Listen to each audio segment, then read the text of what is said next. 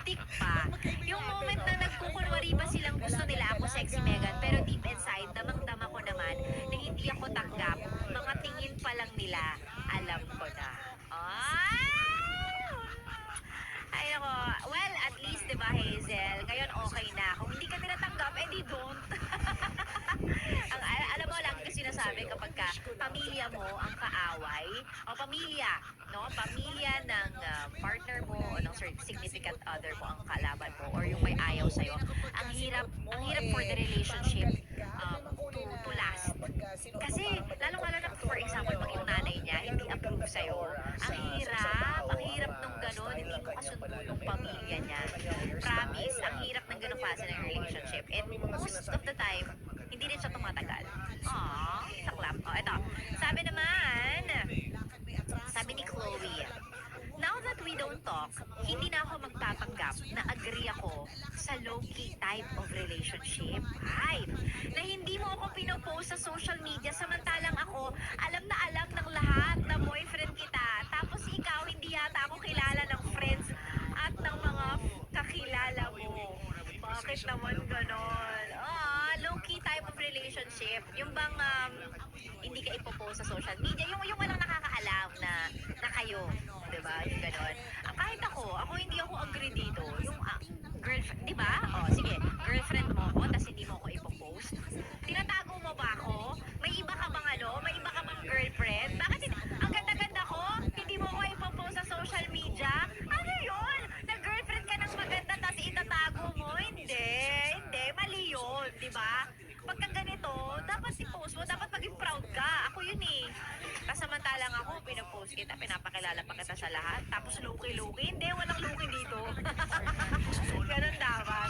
Ay, ako, nakakainis. So again, at the end of the day, depende naman siya sa usapan, di ba? Pero yun lang, minsan kahit hindi ka agree doon, wala ka din namang choice kung hindi kasi siya ganun. So parang, yeah, yun lang.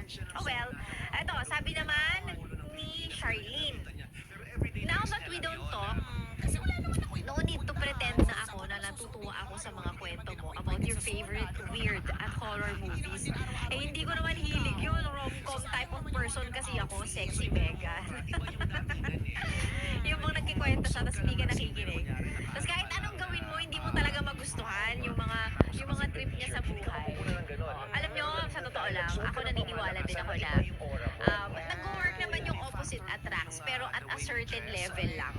Oo, talaga. Kailangan hahanap ka pa rin ng common ground ninyong dalawa na pareho nyong gusto to. Kasi pag total opposite, ewan ko, for me based on experience naman to. Of course, hindi ko naman ipipilit yung opinion ko sa inyo or whatever kasi iba-iba naman tayo na experience. Pero sa akin based on sarili kong experience at pinagdaanan, hindi siya mag-work masyado. Sakto lang. Okay lang siya at a certain level, pero dapat meron kayong may isang bagay or at least may mga things na pareho yung gusto. Hindi pwedeng total opposite. Kasi, hahanap ka ng kadamay mo na gusto rin yung hilig mo. Nagigets nyo ba? Hindi ko alam kung nagigets nyo, basta yun. Ito, sabi ni Liza, now that we don't talk, hindi ko na kailangan magpanggap na gusto ko ang friends mo. Bad influence naman sa'yo. Since pinipili mo naman sila most of the time, di magsama-sama na kayong mga toxic at walang patutunguhan sa buhay. Galit ba si Liza? Galit ba si Liza sa ex niya at saka mga friends ng ex niya? Isa pa to, di ba? Kapag hindi mo rin type yung friends ng jowa mo, ang hirap namang pigilan na huwag ka na sumali sa kanila, huwag ka na sumama dyan, di ba? Well, at a certain level din, di ba? Na pag ayaw mo lang siyang pasamahin because nagsiselos ka, mali naman yon. Pero pag ayaw mo siyang pasamahin because nakikita mo ay bad influence ang friends niya sa kanya, tapos hindi ka niya pinapakinggan, red flag talaga yan. Red flag talaga, di ba? Kasi lalo pa pag mas pinipili ng jowa mo, sumamag mo sa mga BI friends niya, kesa ikaw, makinig sa'yo, red flag B, buti na lang, hiwalay na kayo. Ito, may iba pang mga sagot dito. Ito, sabi ni Hazel, now that we don't talk, hindi ko na kailangan makisama at mag-pretend na I'm okay with you having a child with your partner before me. Na hanggang ngayon ay